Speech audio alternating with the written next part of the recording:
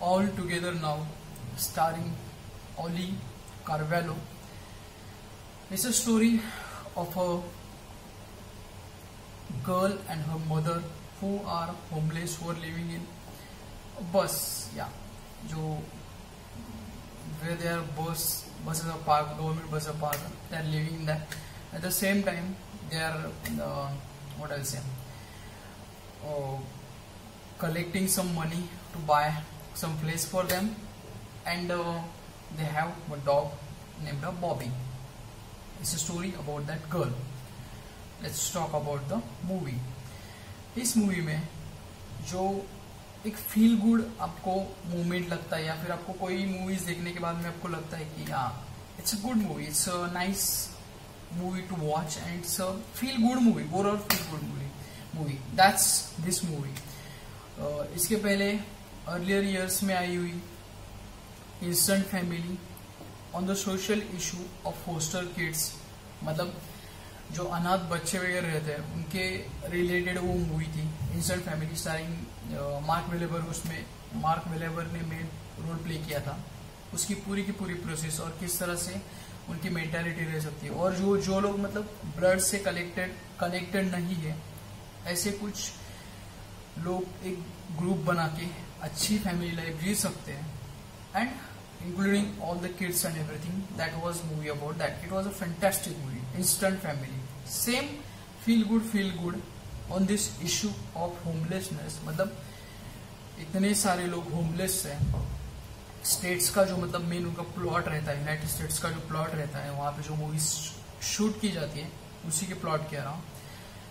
And at the same time वहां पे वो किस तरह से अलग अलग डिफरेंट जॉब करके उनके सारे रिलेशन, उनके मतलब जहां पे जॉब करती है वहां पे उसके रिलेशन किस तरह से है, एंड जिस तरह से उसके लाइफ में इंसिडेंसेस आगे होते जाते हैं. It's a plain simple story, but जिस तरह से प्रेजेंट किया गया है इस मूवी में, नो बुलशिट. मतलब ऐसी मूवीज बनाते टाइम कुछ भी आलतू फालतू की स्टोरी इसमें ऐड हो सकती है, या फिर कुछ भी आलतू फालतू के इंसिडेंसेस. इन मूवीज का सबसे बड़ा प्लस पॉइंट यही रहता है, इंस्टेंट फैमिली रहने दो, इस तरह की जो मूवीज बनती है आलतू फालतू की चीजें इसमें ऐड हो गई.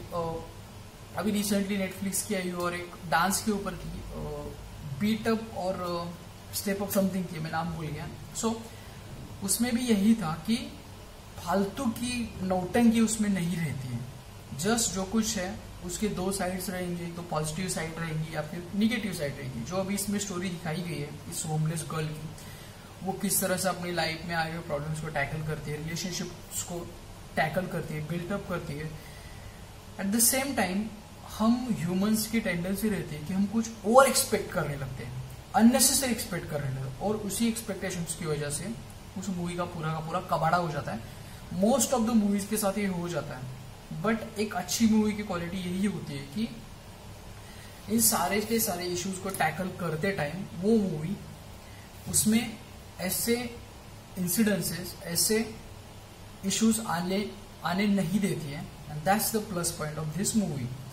सो जिस तरह से स्टोरी प्ले की गई है बहुत ही ज्यादा रियलिस्टिक लगता है आपको. हाँ, आपको कहीं पे लगता है कि ऐसा कैसे हो सकता है, होमलेस गर्ल इतनी अच्छे से कैसे रह सकती है, एंड एवरीथिंग. बट जो मेन लीड कैरेक्टर प्ले किया है ओली कार्वालो, एशियन गर्ल है, she is fantastic, she is superb in this movie.